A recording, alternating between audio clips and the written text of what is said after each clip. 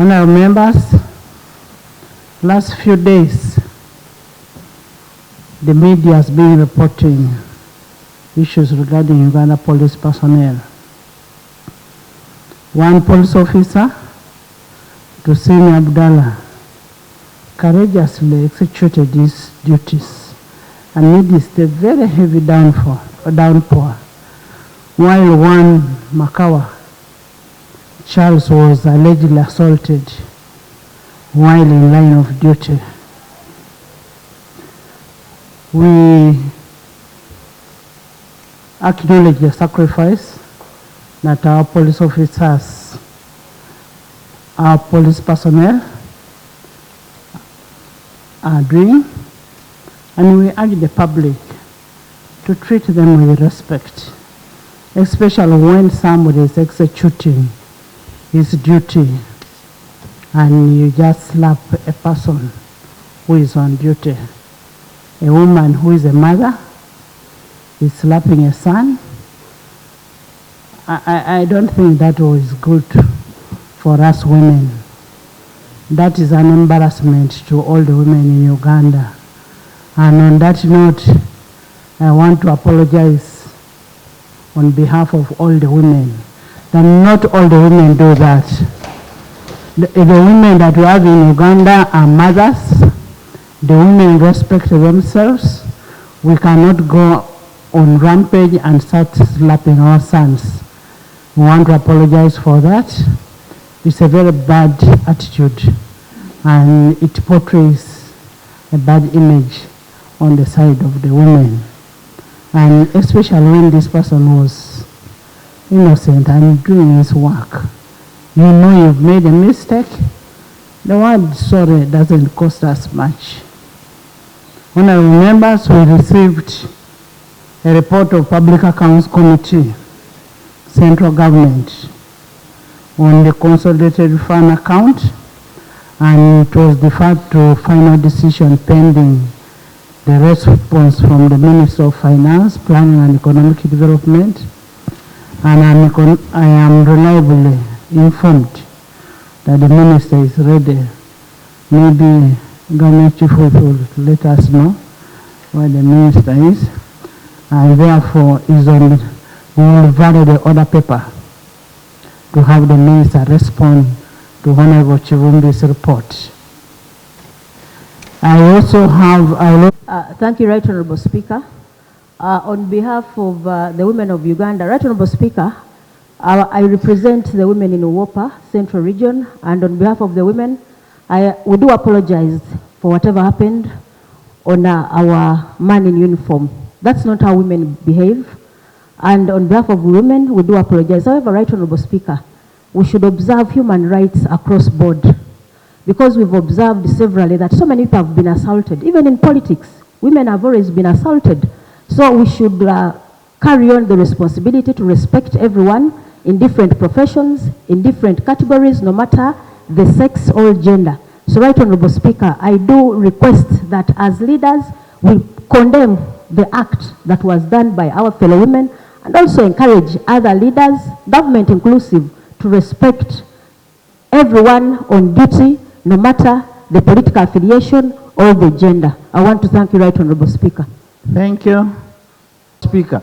With the police officer, I have several times requested, how can the government, the Minister of Internal Affairs, fail to provide what is called the ponjo? A police officer who is doing his work as a traffic officer is beaten by rain, but the police knows, and the army, that police officers, army officers are given attires they put on to save them from raincoats. The raincoats. Raincoats. Then these police officers running traffic, they are not given even a bottle of water. And all this, and they are the least paid.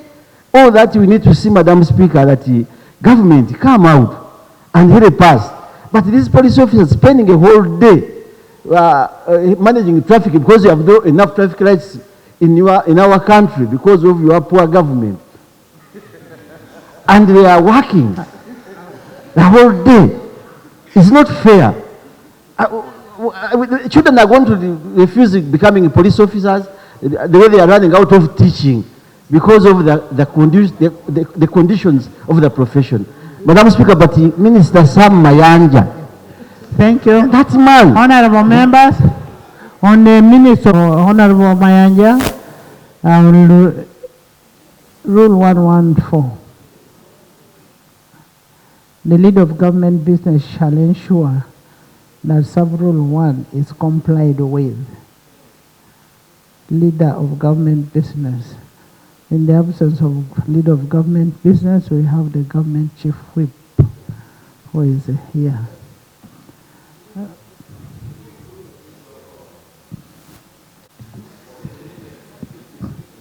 Right Honorable Speaker, we accept as men of Uganda the apology offered on behalf of the women for the alleged assault of a police duly executing his lawful duties. We accept that. But also too, this parliament has facilitated the relevant state organs with the laws that are normally applied. In the case of this lady who assaulted the police traffic officer, she was arrested, investigated, charged in court, and remanded to prisons. So the due process of the law is on course in as far as this is concerned. On the question of the application of the rule, Right Honorable Speaker, you are the chief custodian of the rules of procedure, and the rules will normally be interpreted as they are, not as they ought to be, or as we wish it to be. So the rules, as stipulated, will definitely apply in this instant case you have quoted. Thank you. Thank you. Thank you. Thank you, honorable members. Let's follow our rules, and we handle that. And I am happy that the person is being taken to prison for the misconduct. I want to thank you so much. Michoma talked about the issue of the police, the security personnel having raincoats.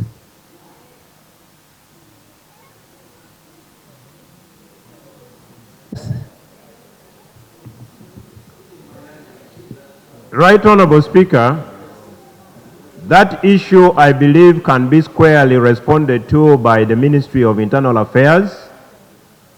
But we are all aware, just like you, Right Honorable Speaker, you have police guards. And you know that most likely every year or after every 2 years, there are supplies made to these men and women in uniform. But I do not want to appear to be answering. I am guarded by police, you are guarded by police. So let that issue of the raincoats, including the other logistical arrangements in terms of the dressing of our men and women, especially during rainy season, be answered by the Ministry of Internal Affairs. Thank you. Honorable Member Mitoma, thank his job. He did his job and he deserves to be brought to work here now, so that he can rest. So police should transfer that police officer to Parliament. Right Honorable Speaker, I wish to thank you for the offer you have made. We undertake to communicate that offer to the Ministry of Internal Affairs to ensure that the police officer, the traffic man who was assaulted, is transferred to work under the parliamentary police.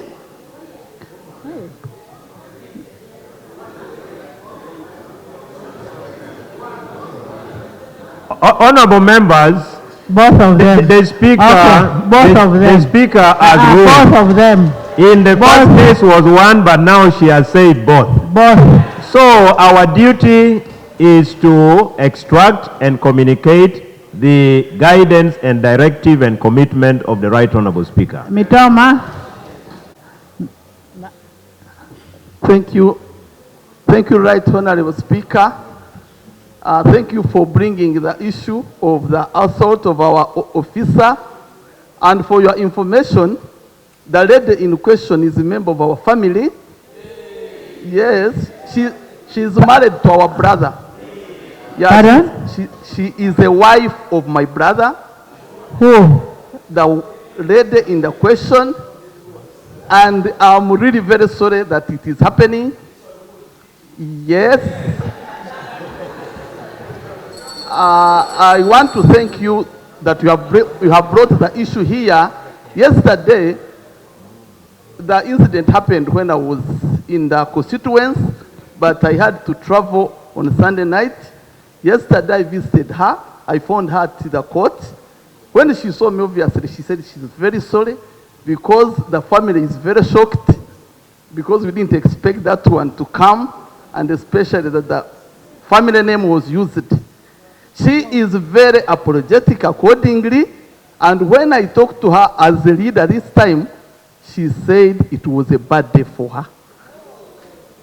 So that is it, and we are ready to cooperate with the laws, and we have no problem with whatever comes out so long as it is a fair treatment. So I also Honorable members, let's not dwell on much behalf of our family. Thank you so much. Thank you. Let's not dwell much on that lady. I have already apologized since the matter is in the court. Yes. Right Honorable, I'm going to take you back on the two policemen, but on this, I want to say this. It is likely that all the policemen and women are going to start jumping in the rain because they are being appreciated. They should work. I totally appreciate the sacrifice the policeman made, but the right thing should be done. If they need protective gears, raincoats and so on, let them be given. If they need water, let them be supported. Because we don't want to cause commotion where every policeman will come on the road. Thank you. And then on the one who assaulted, I think also the law must follow its course, and that will be the right thing to do. That is my prayer. Thank you. Thank you. Thank you. Same page and on the same issue, Right Honorable Speaker, I just want to say that the increment we put on police salary has not been done cross-board. Yeah, it's only the police who are at bigger levels, better ranks, who have been given money. I talked to the police themselves. They are really sad, especially the lower rank. Two, the accommodation of the police is not taken care of. Right Honorable Speaker, it will be good if we have good accommodation for the police, other than only talking about the hood, the dress they put during rain, the raincoat. Rose, you mean the money that we increased is only given to high officers? Yes, Right Honorable. But the money we gave was for the lower cadre officers. Right Honorable Speaker, we gave the money for police, for army, and for prisons. Thank you, Right Honorable Speaker. Right Honorable Speaker, you see, the lower cadre reach us individually. Even our police here in Parliament are saying they have not got increment. The lower cadre have not been increased salary, but the higher ranks have even tripled their money. They are paying themselves, but the lower cadre have not been well paid. I'll beg you get the minister responsible to help us with this particular issue. Thank you. Government.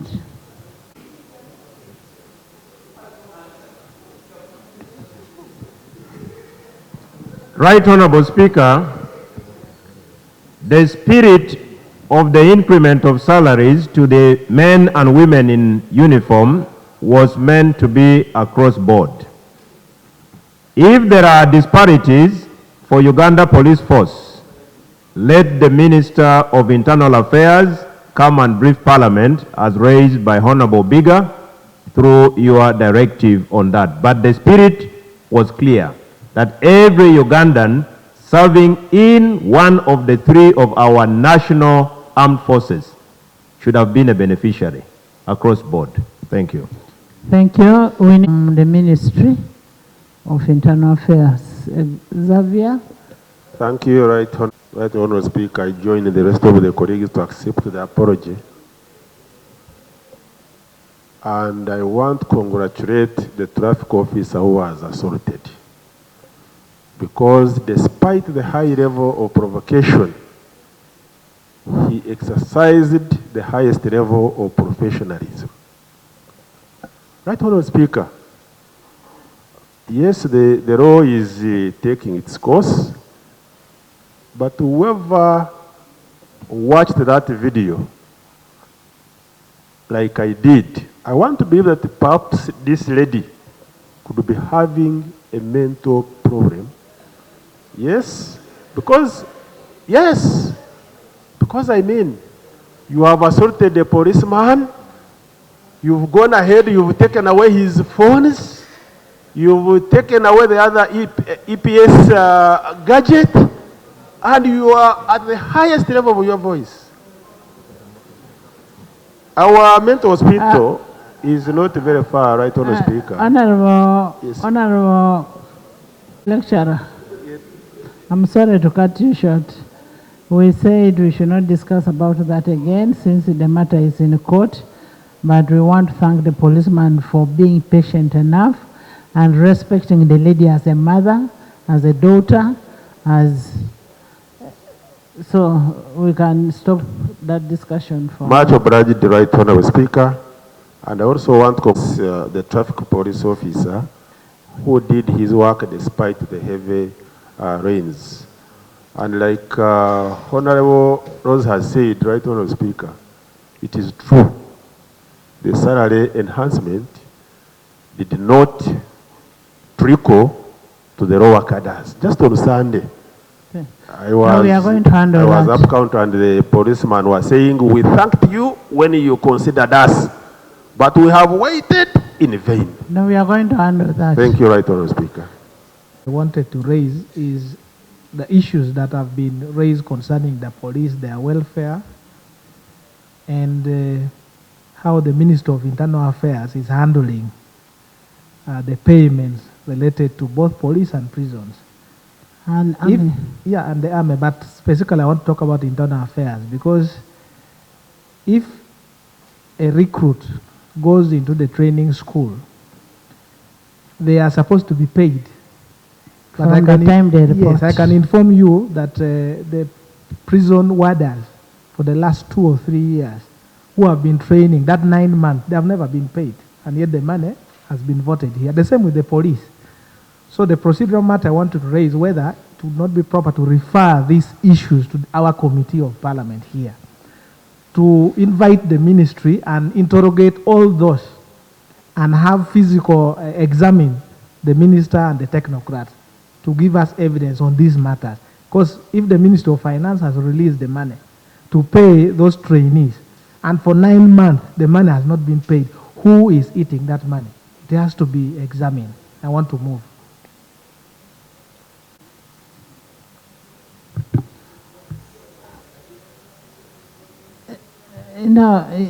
Honorable Oduri is saying that the Committee of Defense and Internal Affairs should take up this issue and report to the House. And I think that is a better way. They should take up this issue and report within 2 weeks. Chair is here. Mbabazi. That is human rights. Let the committee take up this issue and report back to the House in 2 weeks. Thank you, Madam Speaker. Great that you've ruled that the committee takes up this matter, and We it's have great ruled. that we have ruled. also. But there is also a matter where police also needs to be investigated concerning my Kasokoso people, the way they are treating my people, and at this hour, Kasokoso Maybe they are treating them like that because they don't have enough pay. Those Let's are the first sort things- out this. those are the very things. Let's why first sort out this, Ethel. Emma, Manuel. the police officer in the rain is a popular police officer in Ntinda and in Bukoto. We were surprised that police officer does his work with diligence. He's a hard-working officer. He only got a chance that this time the nation saw him in rain. But on daily basis, that police officer, his clothes, they are wet because of hard work, even in a normal day. Our surprise, Right Honorable Speaker, is that for a long time, this police officer has never been rewarded with a promotion. I appreciate your directive that is deployed at the Parliament, but I want to request that he should be considered for a promotion. He's a hard-working police officer, and for a long time, the people in that area, they know him very well. The ayes have it. The Honorable Naboth, Honorable Chivombi, Honorable Achut. Madam Speaker, it is very important that all members of this House, all members of UPDF respect the work of police. We recently had an incident where a traffic policeman in Chisas was shot by a UPDF officer by the names of Bangida Mango. That police officer called Mukebezi Robert, for purposes of specificity, his leg was amputated. But the policeman called Mukebezi Robert, who was on duty, a traffic man, up to date, he has not seen justice. His children at home, they are not at school, but there is no evidence here, and there is no way how the UPDF officer called Bangida Mango was aligned before court for the police officer to get justice. Madam Speaker, it is very important that even the UPDF officers, some of them are here, should respect the policemen who are on the road doing their work. One time, there is a time when policemen on the road were off, and it took me 7 hours from Kampala to get home. So it is very important that we start respecting traffic men who are on the road. Thank you, Madam Speaker. I think we need to make a follow-up because the minister had said they were handling that issue of that Mukemesi. When Honorable Silwani raised that issue here, we should, Honorable Minister, the Minister of Defense should come and give us a response to that. Because that man's leg was amputated. He stopped working, the children were at home. Yes. Right, Honorable Speaker, I thank you. Now that we are talking matters police, Right Honorable Speaker, all police barracks, especially those around Kampala, are experiencing road shedding. For most barracks, power is switched off at 5 and then switched on at 7. But sometimes the nature of the police work, some work during night. So they must prepare to iron their uniform and be at duty, especially those that guard VIPs. They're supposed to be at duty by 6. So for the whole day, power is off. So if government of Uganda cannot provide power 24/7 for the police barracks, whom will they give power to? And you shed off a police barracks. Then there are also other issues to do with the communication.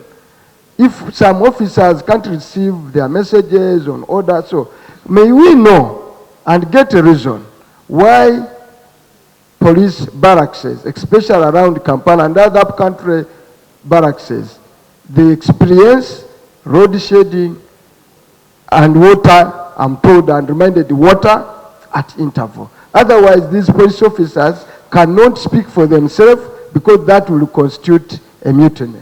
Right Honorable Speaker. Government. Right Honorable Speaker, we have already agreed in principle that all related matters incidental to Uganda Police Force be handled by the Committee on Defense and Internal Affairs. May I persuade the member raising through you, Right Honorable Speaker, that this forms part of those issues to be interrogated by our committee that will report back. But Why barracks of police in Uganda are always not having electricity 24/7. That can be part of Honorable issues Minister, to be interrogated. But that is something that you can handle. It doesn't have to go to a committee. If it is true, ask. Right Honorable Speaker, we may not know what is contained therein, why these barracks are normally having blackout. The reasons could be budget related. So it would be important for our committee to interrogate such that it forms part of the basis of their report, Okay. Right Honorable Speaker. Okay. Yes. Achut. Thank you, Right Honorable Speaker. In a raincoat, we also have the police officer in an accident scene where people have died in an accident, they are bleeding, but the police officers don't have the personal protective equipment True. to even help themselves. Even the gloves, they are normally the first respondent in an accident scene before even the ambulance and medical intervention has come in.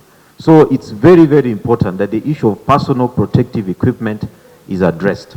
But secondly, even during their duties, we've seen cases of police officers knocked dead, injured in accidents by vehicles.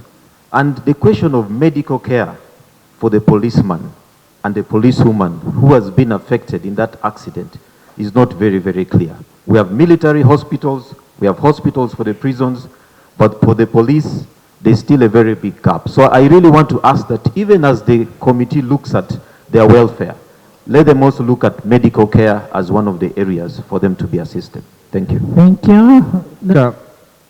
In a minute, I want to join you and colleagues to firstly appreciate that police officer called Abdallah Tusime. I've seen him on those roads, Bukoto, Ntinda, Chisasi, for about 4 years now.